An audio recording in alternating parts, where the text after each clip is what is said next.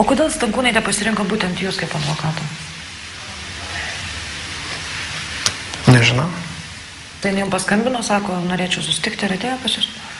Aš manau, galbūt pasidomėjo, galbūt, nes ne pirmas aš advokatas buvau, pas kurį atėjo.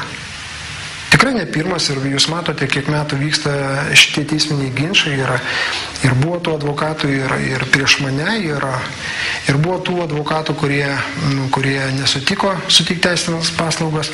Na, taip gavosi, kad atėjo pas mane. O advokatas regis ėmėsi iš peties ginti Laimutę Stankūnaitę.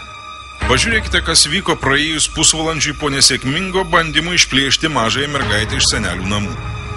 Vaikas glaudžiasi prie savo globėjos Neringos Venckienės. Kai į duris dar kartą pasibeldžia advokato lydima Laimutė Stankūnaitė, mažoji mergaitė ima klykti. Neleiskite.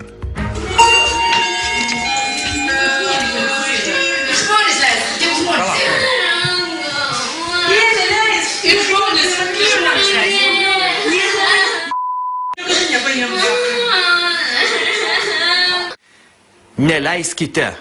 Vos pamačiusi vėl ateinančią motiną suklinka mažoji mergaitė. Ji nebenori, kad ją draskytų.